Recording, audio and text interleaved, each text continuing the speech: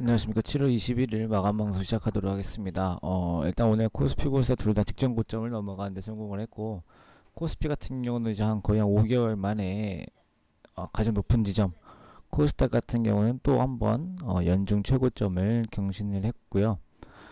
일단은 뭐 왜 올랐냐라고 보면은 여러 가지 이유가 있을 수 있어요. 아침에는 그 미국에서 그 백신이랑 대형 기술주들 올랐던 것들, 어쨌든 지난번에 미국도 대형 기술주가 올라온 이유가 결국은 경기 부양 정책에 대한 기대였거든요.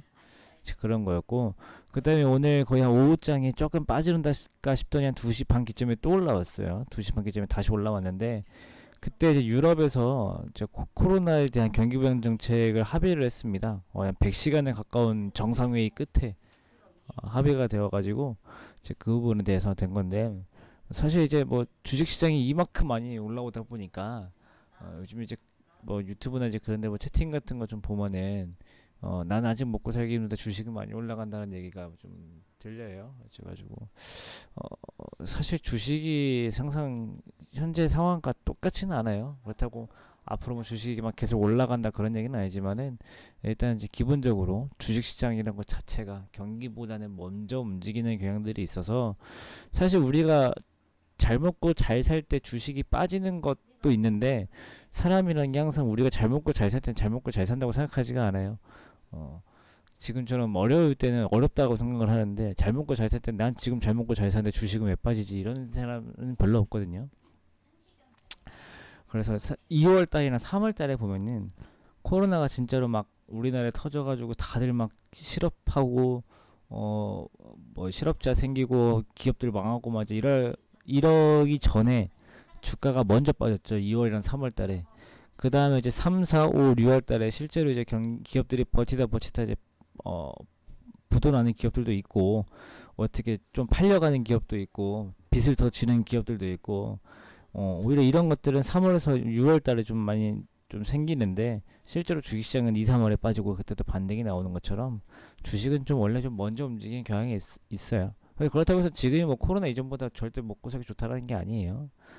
근데 그 이유 자체가, 지금 올라온 이유 자체가 경기 부양 정책이기 때문에, 이 경기 부양 정책이 왜 주가를 올리는 건가에 대해서 좀 알아야 되는데, 일단 경기 부양 정책을 하면은 가장 그 많이 나오는 정책이 돈이 많아지는 거예요. 시중에 정부에서 돈을 많이 풉니다. 돈을 많이 풀어요.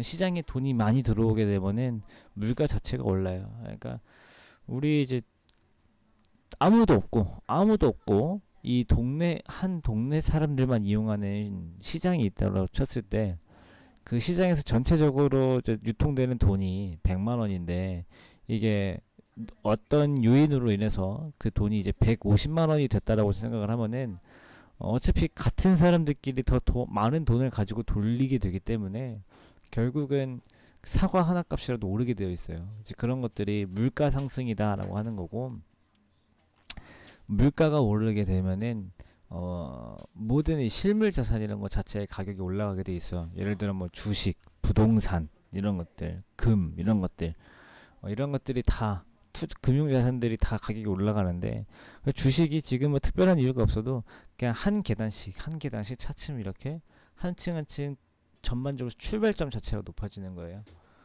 그렇다고 볼 수 있고, 대신에 이게 부작용도 있어요. 부작용은 상승과 하락 때 속도가 엄청나게 빠릅니다. 그래서 옛날에는 코스피가 뭐 한 0.5%, 1% 이렇게 움직였다라고 하면은, 이제는 코스피가 1, 2% 움직이는 것쯤은 별게 아니게 될 수도 있어요. 그래서 주식 쪽에 대한 리스크를 점점 더 잘 관리를 해야 된다라는 그 방법도 생각을 좀 해야 된다라는 거 체크하시면 좋을 것 같고요. 통화량은 결국 글로벌 물가를 상승시키는 요인이 되고, 그래서 주식이 올라온 거다. 그런 상황에서 2시 반에 유럽에서도 경기 부양 정책이 나왔죠. 합의를 하는 모습들이 보여줬어요. 그래서 2시 반 이후에 또 한층 올라간 거다. 그래서 현재 지금 미국 증시 또 올라가고 있어요. 그까지 체크하시면 좋을 것 같고, 일단 어려운 얘기 마쳤으니까 이제 두 번째로는 좀 실질적인 얘기를 좀 해볼게요. 이번 주는 제가 반도체에 집중해야 된다고 얘기를 들었는데, 이게 반도체가 수익이 많이 날 거다라는 뜻이 아니에요. 이번 주에 반도체한테 굉장히 중요한 한 주다라는 뜻입니다. 왜 중요하냐면은 이 테마주도 있고 뭐 제약바이오주도 있고 뭐도 있고 뭐도 한데 반도체라든가 자동차라든가 아니면은 뭐 에너지라든가 이런 뭐 경기 민감주라든가 이런 종목 이런 업종들은 그 주가가 오르고 내리고 하는 이 사이클이 길어요. 그래서 이 변곡점만 잘 잡는다라고 하면은 좀 수익을 내기 쉬운 업종들에 속하거든요. 근데 테마주 같은 경우는 이게 빠르죠. 그래서 초보분들이 하기에는 이 제가 뒤에 설명드린 것보다 앞에 설명드린 이런 업종들이 훨씬 주식하는데 편하실 거예요. 그래서 참고하시면 좋을 것 같고, 이번 주가 왜 중요하냐라고 봤을 때 이 실적 이벤트가 굉장히 많아요. 이 실적 이벤트가 많은 게 뭐가 중요하냐면은 지금 2분기 실적 나오는 게 중요한 게 아니에요. 2분기 실적이 나오면서 이를 기반으로 3분기, 4분기 전체적으로는 2020년 전반에 대한 실적에 대한 이 가이드라인을 잡아요. 그래서 지금 2분기 실적이 좋다 안 좋다 이것도 물론 중요하지만 실질적으로는 3, 4분기 때 어떠냐, 그래서 종합적으로 2020년 전반적으로는 어떠냐, 이거 자체가 굉장히 중요하다라는 거고, 일단 우리나라 시간으로 기준으로 말씀드릴게요. 내일 아침에 텍사스 인스트루먼트랑 스냅드래곤 실적이 발표가 됩니다. 텍사스 인스트루먼트 사실 이름만 들어선 잘 모를 수도 있는데 텍사스 인스트루먼트는 어떻게 보면 그 반도체 신호처리 장치라고 해야 되나요? 이제 그런 것들을 만드는데 결국은 이제 뭐라 해야 될까요? 그 안할 DSP 아니면은 한번 검색을 좀 한번 해볼까요?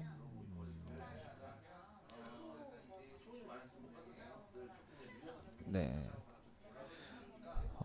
무선 정보 인식 장치, 그 다음에 디지털 신호 처리기, 직접 회로, 이런 것들을 만드는 회사고, 세계 4위에요. 1위가 인텔, 2위가 삼성, 3등이 도시바, 4등이 텍사스 인스트루먼트. 이거 순서 막 바뀌어요. 이게 뭐 제가 기억상으로 제가 2010년대 초중반까지도 이 순서였는데 지금 좀 바뀌었을걸요. 어찌됐든 세계 5손가락 안에 들어가는 거고, 이 칩만으로 봤을 때는 세계 2등 회사예요. 그렇기 때문에 굉장히 중요한 회사라는 거. 그 다음에 스냅드래곤은 그 혹시 컴퓨터 뭐 조립을 해보셨다든가 아니면은 뭐 게임 많이 하시는 분들은 아실 수도 있어요. 이 스냅드래곤도 칩셋 관련된 부품입니다. 이제 이렇게 보시면 좋을 것 같고, 그 다음에 모레 오전에는 마이크로소프트랑 SK 하이닉스의 실적이 발표가 되는데, 마이크로소프트 MS 아시죠? 어제 밤에 4% 오른 기업. 그 다음에 SK 하이닉스 물론 중요합니다. 그 다음에 금요일에는 인텔의 실적이 나옵니다. 세계적으로 내로라 하는 이 반도체 업종들의 실적이 거의 다 나오기 때문에 굉장히 중요한 한 주다라는 거고, 실제로 지금 어떻게 진행이 되고 있냐면은 어제 매출 데이터 센터 쪽으로 매출이 급증한다는 기대로 MS가 급등했고요. 두 번째로 오늘 아침에 IBM이 실적 발표했는데 실적이 좋게 나와가지고 시간에서 6%가 올라왔어요. 그리고 이제 그것도 이 두 개 때문에 오늘 삼성전자나 SK 하이닉스가 아침에 반응이 좋았죠. 그래서 지금 아침마다 계속 이런 실적들이 나오기 때문에 지금 아침에 시장 분위기 굉장히 중요한 우리나라 입장에서 삼성전자나 SK 하이닉스 주가를 한침 한침 이렇게 건드려 줄 수 있는 이벤트에서 모멘텀이 계속 있기 때문에 이런 점들 체크하시면 좋을 것 같습니다. 전반적으로 끝나면 제가 다시 한번 말씀드릴게요. 이 실적 시즌 끝나면은 2분기 실적 시즌에 대해서 결산에 대해서 다시 한번 말씀드릴 테니까 그럼 참고해 주시고, 오늘 시간이 좀 길었네요. 시간이 좀 길었고, 저는 이제 오늘 좀 다들 고생 많으셨고 내일 아침에 다시 뵙는 쪽으로 하겠습니다. 감사합니다.